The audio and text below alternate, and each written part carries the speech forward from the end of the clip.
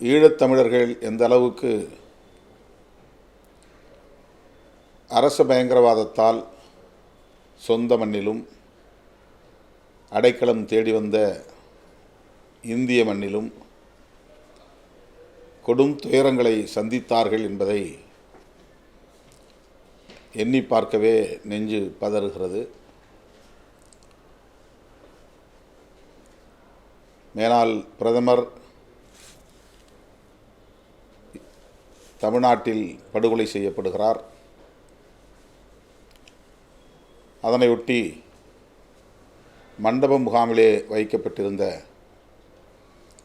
அகதிகளில் சிலர் கைது செய்யப்படுகிறார்கள் சந்தேகத்தின் பெயரில். அந்த சம்பவம் நடந்த நாளிலிருந்து 6 மாதத்திற்கு முன்னால் யாரெல்லாம் ஈழத்திலிருந்து இங்கே வந்தார்கள் என்று பட்டியலெடுத்து அதிலே சந்தேகத்திற்கிடமானவர்களை விசாரணைக்காக அழைத்து வருகிறார்கள். அவர்களுக்கென்று தனி இடமாக அந்த வேலூர் கோட்டையை தேர்வு செய்து அங்கே அடைத்து வைக்கிறார்கள். அவர்கள் மீது சந்தேகம் மட்டும்தான் விசாரணை கைதிகள். ஆனால் சிபிஐ விசாரணை தனியே நடக்கிறது. மேலாள் பிரதமருடைய படுகொலை குறித்து அதிலே உண்மையான குற்றவாளிகள் இன்னன்னார் என்றெல்லாம் வழக்கு பதிவாகிறது. அப்படி இருந்தும் இவர்களை விடுவிக்கவில்லை. அரசின் புலன் விசாரணை என்பது எத்தகைய தன்மை படைத்ததாக இருக்கிறது என்பதை இந்த திரைப்படம் நமக்கு உணர்த்துகிறது. அவர்களில் ஒருவர் கூட குற்றவாளி இல்லை. சிபிஐ விசாரணையில் அது புலப்படுத்தப்படவில்லை. சந்தேகத்தின் பெயரில் அழைத்து வரப்பட்டவர்களை 5 ஆண்டு காலம் உள்ளேயே அடைத்து வைத்து பல்வேறு வதைகளுக்கு உள்ளாக்குகிறார்கள். அதை மிக தத்துரூபமாக காட்சிப்படுத்தியிருக்கிறார்கள். வசனங்கள் ஒவ்வொன்றும் நறுக்கு தரித்தார் போல் இருக்கின்றன. குறிப்பாக கதாநாயகன் சசிகுமார், கதாநாயகி லிஜோமோல் மற்றும் அந்த பாத்திரங்களோடு நெருக்கமாக இருப்பவர்கள் ஈழத்தமிழை மிக அழகாக உச்சரிக்கிறார்கள். அப்படியே நம்மை ஈழ மண்ணுக்கு இட்டுச் செல்வதாக அது இருக்கிறது. 1990களுக்கு நம்மை அழைத்து செல்கிறது. எப்படி அவர்களுக்கு இந்த துணிச்சல் வந்தது என்பதை நினைத்து பார்க்கவே முடியவில்லை. வேலூர் கோட்டை எவ்வளவு பாதுகாப்பானது என்று நமக்கு தெரியும். கோட்டை மதில் சுவர்களை எல்லாம் தாண்டி அகழிகளை தாண்டி தப்பிப்பது என்பது கற்பனை கூட செய்து பார்க்க முடியாத ஒன்று. ஆனால் ஒடுக்குமுறைகள் நமக்கு கொடூரமானவையாக இருக்கிற போது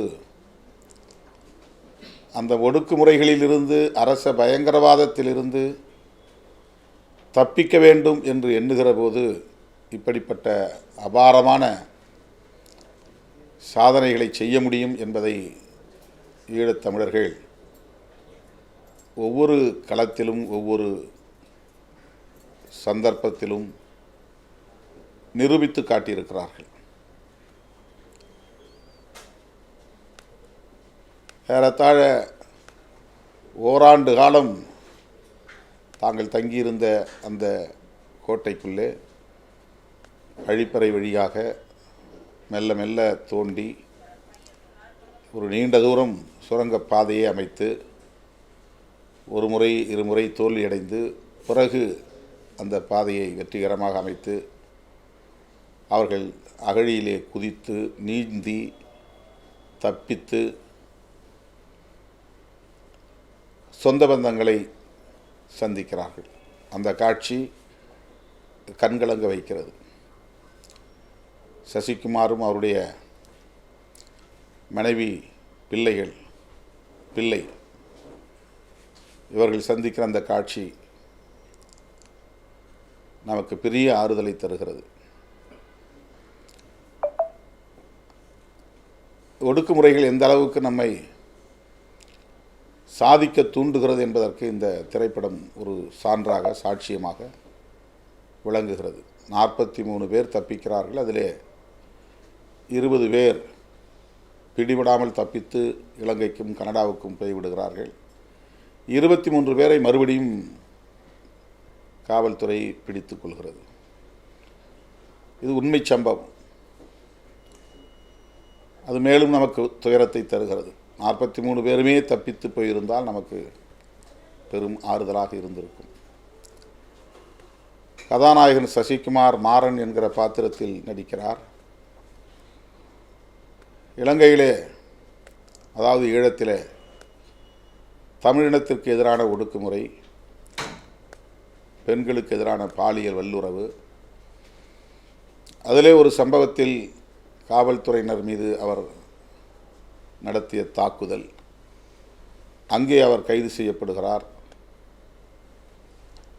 8 மாதத்திற்கு பிறகு வெளியே வருகிற போது அவருடைய கிராமமே சூறையாடப்பட்டு தீக்கிரையாகி கிடக்கின்றன. கர்ப்பிணியாக இருந்த தன்னுடைய மனைவி தமிழ்நாட்டுக்கு தப்பி வந்து விடுகிறார். இங்கே வந்த பிறகு மண்டபம் அகதி முகாமிலே அவருக்கு ஒரு குழந்தை பிறக்கிறது. அந்த குழந்தையை அவர் 5 ஆண்டுகளுக்கு பிறகு சந்திக்கிறார். அந்த குழந்தை பேசுகிற தமிழ், குடும்பத்தில் உள்ள இந்த பாச பிணைப்பு, அப்பாவுக்காக முகம் பார்க்காத ஒரு தந்தையை பார்க்க வேண்டும் என்கிற அந்த ஏக்கம், கணவனை காண வேண்டும் என்று துடிக்கிற கதாநாயகியின் அந்த பதைப்பு நம்மை மிகவும் உருக வைக்கிறது, பதற வைக்கிறது. தமிழர்கள், ஈழத்தமிழர்கள் எப்படியெல்லாம் கொடுமைகளை சந்தித்திருக்கிறார்கள், இன்னல்களை, துயரங்களை சந்தித்திருக்கிறார்கள். அவற்றையெல்லாம் எப்படி எதிர்கொண்டு சாதனைகளாக ஆக்கியிருக்கிறார்கள் என்று நம்மை ஆழமாக சிந்திக்க வைக்கிறது. ஒரு அரசியல் தலைவரை, ஒரு தேசத்தின் மேனாள் பிரதமரை கொலை செய்த காரணத்தினால், படுகொலை நடந்த ஒரு சூழலில் என்னென்ன எதிர்வினைகள் நடக்கின்றன, எதிர் விளைவுகள் ஏற்படுகின்றன என்பதிலே இது ஒன்று. ஒரு உண்மை சம்பவத்தை, ஒரு வரி செய்தியை மையமாக வைத்து 2.25 மணி நேரம் திரைப்படமாக இது தயாரிக்கப்பட்டிருக்கிறது. செய்திகளை உடனுக்குடனும் துல்லியமாகவும் தெரிந்து கொள்ள சப்ஸ்கிரைப் பண்ணுங்க.